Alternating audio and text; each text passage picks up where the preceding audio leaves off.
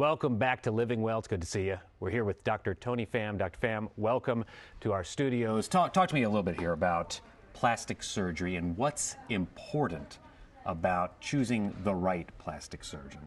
Well, Lawrence, it's actually very easy. What you want to do is check the surgeon's training and education, and you want to make sure that you're dealing with a board-certified plastic surgeon. And the American Society of Plastic Surgery has a website, plasticsurgery.org, that you can go on there and check your surgeon's certification. So like some politicians don't pay taxes, they get vetted, they get thrown out of the process. People do need to find out through the internet if the plastic surgeon that they're having the surgery with is actually a plastic surgeon, because it'll be maybe another kind of doctor. We'll talk about that in a second, but I want people to see your office and what you're doing at your office. Wellness Secrets video crews went out there to take a look, and let's show the people. Hi, good morning. How are you today? Good, how are you? Plastic surgery has always attracted me because of the creativity and the ability to help people on a daily basis. Plastic surgery has really advanced over the last several years in that it's not really just for movie stars and celebrities anymore. Even regular people can take advantage of today's science and technology in having safer surgeries with shorter recovery times. Dr. Yang and I are going to keep you safe and comfortable the whole time. All the operations are done in the operating room with state-of-the-art equipment and a team that is specialized in doing this day in and day out. Our office is like a family and just as close as a family atmosphere in the way that we treat each other and the patients.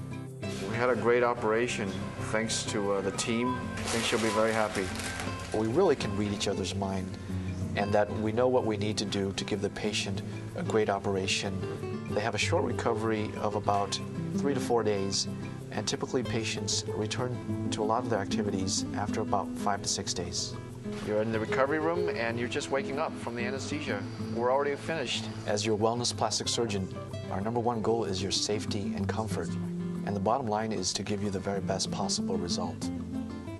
I would like to say, Doctor, what don't you like about yourself? Because most of the background I have on plastic surgery is watching the doctors of McNamara Troy on Nip Tuck. But let's separate fact from fiction. What are we seeing sometimes on television in the movies that's not real in the realm of plastic surgery?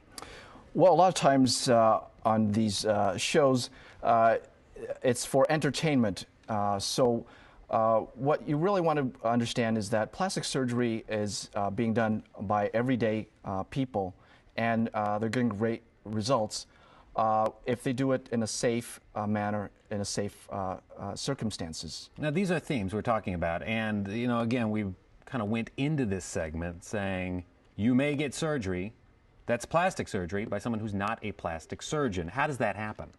Well, amazingly, it's possible for any physician to claim that they can do plastic surgery, and it's difficult to find out unless you do the homework and check to see if that person that's claiming that they're going to provide you with plastic surgery or cosmetic surgery is a plastic surgeon. What kind of procedures are we talking about?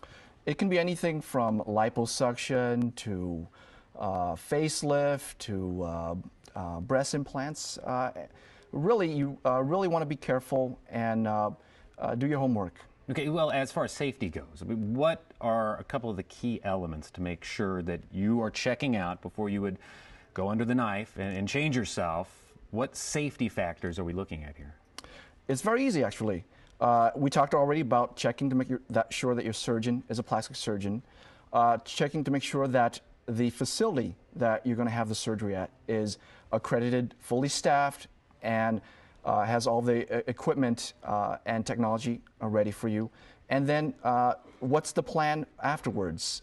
If something goes wrong, what is the surgeon's approach to dealing with it? Well, let's talk about best case scenario. Surgery goes great, everything is exactly like you wanted it to be. How do you ensure the best recovery, though, for your patients? How's that done?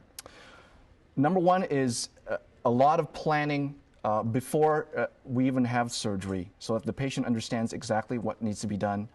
The second part is we spend a lot of time in contact with the patient, myself personally and my staff, so that throughout the recovery process, we're right on top of any problems or any concerns immediately. Can plastic surgeons be like bartenders and just cut people off and say, you got to know when to say when? I mean, when is too much plastic surgery too much? Joan Rivers, Jerry Jones, what are we talking about here? Like, what's too much?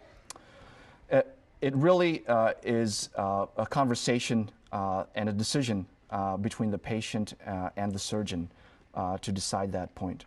But Right. any ethical surgeon will be able to guide you in telling you when it's too much. But can scan only go so far? I mean, Sure, we're not magicians, like you said. and the trickiest type of plastic surgery, what would that be? Just curious. The trickiest plastic surgery are any surgeries of a redo nature, secondary surgery. It's much, much easier to get a great result the first time around. The second time around is much more difficult. I can't thank you enough for all of the information. So great to have you on the show. I'll tell you, for more information on Dr. Pham and his practice, visit wellnesssecrets.tv. And if you want to visit Dr. Pham's office for a free consultation, call to make an appointment. It's that simple.